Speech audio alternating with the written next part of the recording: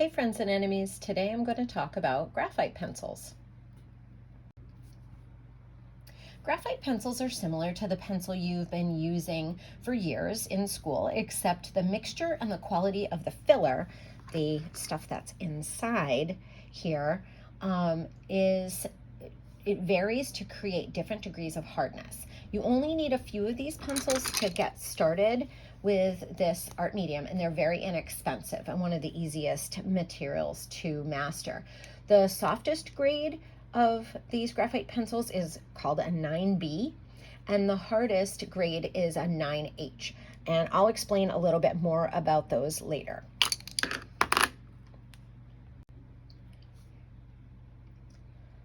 Okay, the supplies you'll need are some pencils, of course. You do not need all of the grades of pencils. A good start would be 4B, 2B, HB, 2H, and 4H. You can tell the grade of the pencil because they usually mark it on the end here. It's suggested that you buy all of your pencils from the same company, as formulas and mixtures can vary. Also, buy the best supplies you can afford. Many people struggle with an art medium only to find out that their art supplies are holding them back. The next thing you're going to need is an eraser. So this is a kneaded eraser. It's soft and moldable and can be shaped into a point. You can pinch it into a wedge or form it into a sphere. Okay, you just press this into the graphite and lift it to make a sharp highlight. Okay, vinyl erasers, they're white and will smoothly remove the graphite with little damage to your paper. Blenders, these are also called tortillions or blending stumps. They're made from recycled paper and they'll blend the graphite and are better than using your fingers to blend.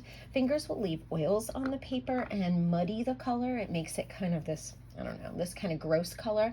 Some artists also use stiff brushes like these made for stencils to blend their graphite, and we can try that as well. Paper, we're looking for a very smooth, kind of thicker paper to work on. I use this Bristol, and get it quite large. It can be cut down into little strips. Okay. The better the paper, the more you'll be able to work on it for longer periods of time, and the better it'll hold up to erasing. You could also use a drawing board. I like to clip my work to my drawing board with these clips. You are going to want to use a smooth surface like masonite, and a drawing board allows you to tilt your work towards you so that you can minimize the distortion of the image. You're going to need a ruler for measuring and gridding your work. Trust me, it works. Additional supplies you might want to get are a sheet protector. You can draw a grid on this with Sharpie and then slip your reference photos into this, and you automatically have a gridded work. You could have a sharpener. I don't use an electric sharpener for mine. I use a manual sharpener. So something like this or something that catches the pencil shavings are great. You could use workable spray fixative that comes in a spray can, and you spray it over your work. And this value finder is also helpful but not required. You can use this to find the values in your work, and I will show you later on in the video how to do that. Here is a value scale. So value is the difference between lights and darks, and you can see on my value finder we can go from pure white to 100% black, and there's all these things in between. And on art photos and artwork, I try to push students to get a wide range of values. So that means showing a very diverse change from that white to the black, and lots of stuff in between. Okay, so if you take a medium hardness pencil here and you shade with it, you're going to get a pretty good range of values just by changing the pressure, the way that you, the amount of pressure, the amount of how hard you press down on the paper and how softly you press on the paper. Okay, there are a whole bunch of different ways that you can hold a graphite pencil. I tend to be really heavy-handed. I press really hard, and a lot of times I can't use mechanical pencils because I break the lead. So when I'm doing a value scale like this, where I know I have to get super duper light, I actually hold the pencil with a very loose grip kind of towards the end. If you wanted to get a very a very precise line, you could hold at the end. A value scale, I just feel like that is really hard to do. And of course you can also hold it back here and like you would a traditional pencil. Okay, we could do a quick close grip, kind of a further away, but I'm going to be holding this kind of in a looser way so that I can lightly color in with my pencil. All right, I've already done some of these, and it's really important to note that I'd like you to try out each of your pencils, the 2H to the 6B, and make a value scale with them. Because while you can get a wide range of values on these, you're going to notice different properties. Okay, so I've already done the 2H, the HB, a 4B, and a 6B, and I left kind of this middle one here in the center. So also make sure that you feel free to kind of turn your paper around the way that it works for you. I like to hold my pencil kind of with this kind of a hold, and I like to kind of start going in, and I'm doing kind of a circular motion. I'm going to put that onto a board here. I'm using a circular motion. I'm kind of applying color all the way on here. Okay, and then I can start going back and doing a little bit more.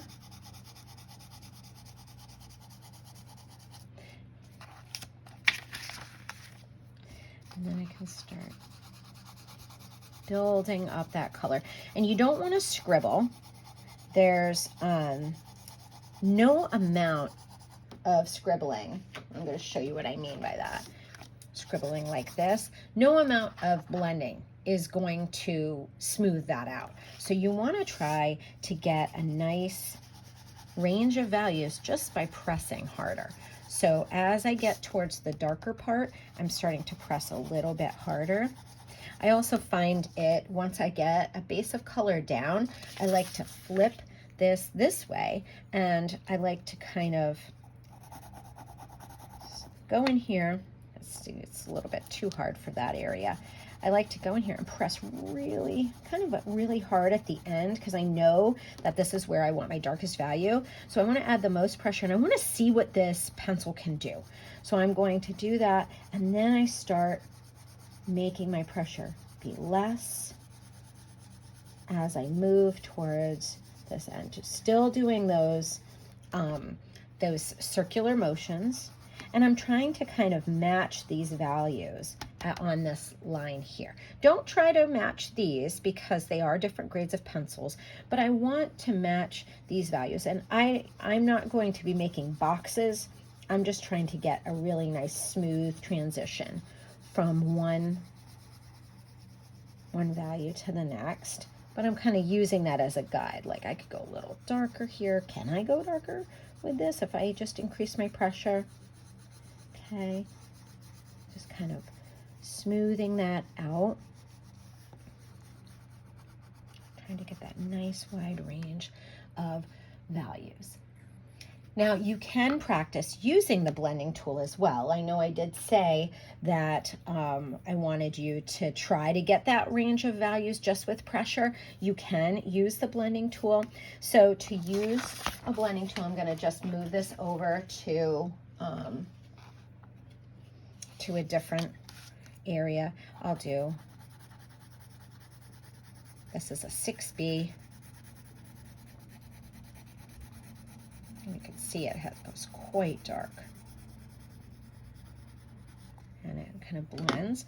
I can take my blending stump, my tortillon, and I can go on top of this.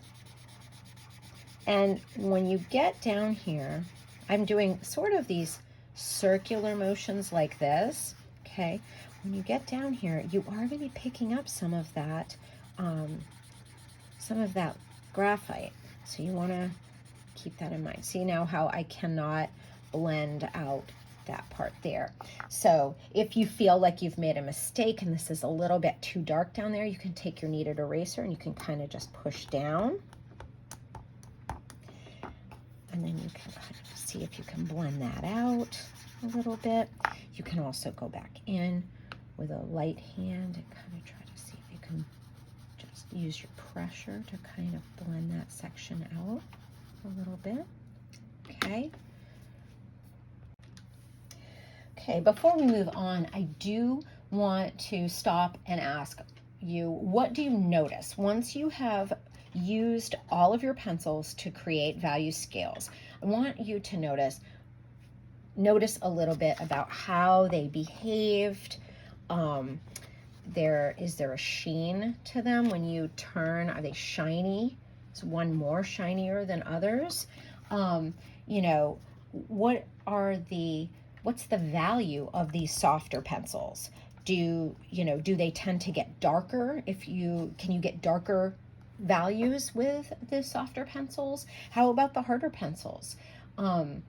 Do they get those rich blacks that you're looking for, or are they more for medium values? You might also notice that the harder pencils tend to scratch the paper, but you can make nice sharp lines with them. The softer pencils, they are very smudgy, but they do make richer blacks.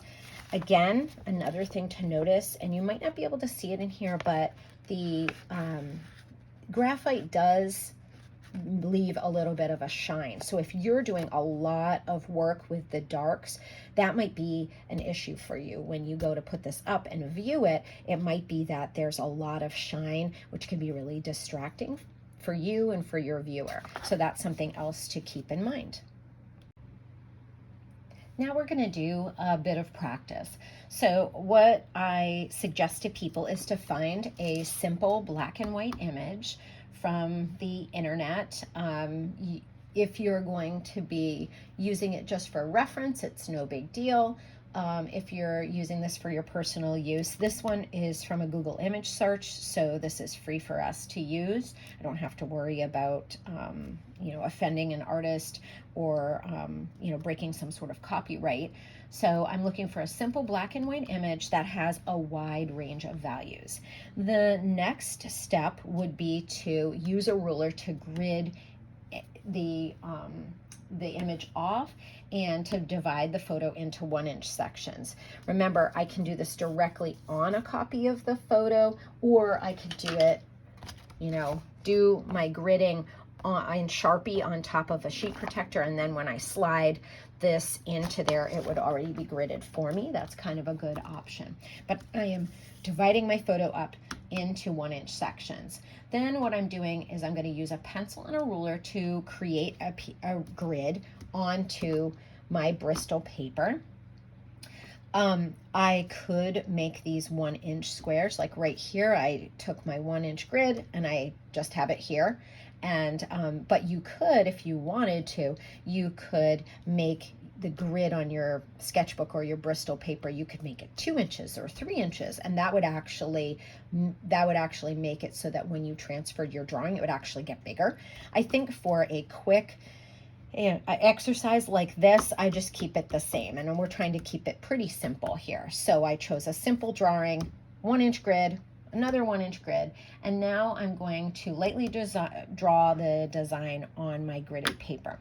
I like to use a medium value pencil when I'm doing this, so I'm going to use the HB, and I'm just going to look up here and copy use the grid to figure out how this design should be going through. And appearing in the grid below. And I'm just kind of looking up here and then kind of using that as a guide.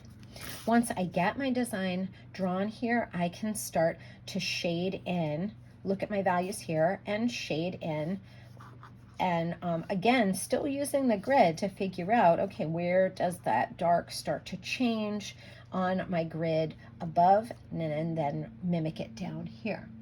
Okay, so you're going to begin experimenting with the different pencils and the pressure to mimic the value ranges you find in each part of your reference photo. Okay, you can use a grayscale and value finder to help you out with that. Using this grayscale and value finder, this is pretty interesting.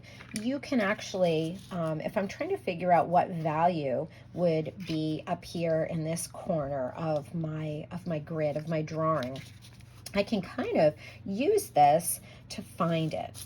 I can say, all right, that's about this value number 3. And then I can come up here and I can figure out what pencil helped and what amount of pressure helped to make that. So I could use a 6B with a pretty darn heavy pressure to create that here. And then I look, these ones down here, that's like kind of, that's a barely white. So I could come in with maybe my 2H and start doing my shading here with a very light pressure. This is a good tool to get you started if you're, you want to make sure that you pretty much pushing those dark values, making sure that you're getting that nice wide range. Because a lot of times when students start off, their stuff is like, only has the values of right here. It's like barely shaded. So, and this drawing here does have that wide range of values. So this sort of forces you to go, oh, I guess I could probably shade this a little bit darker. And it'll actually make your work look more realistic and have a richer value range.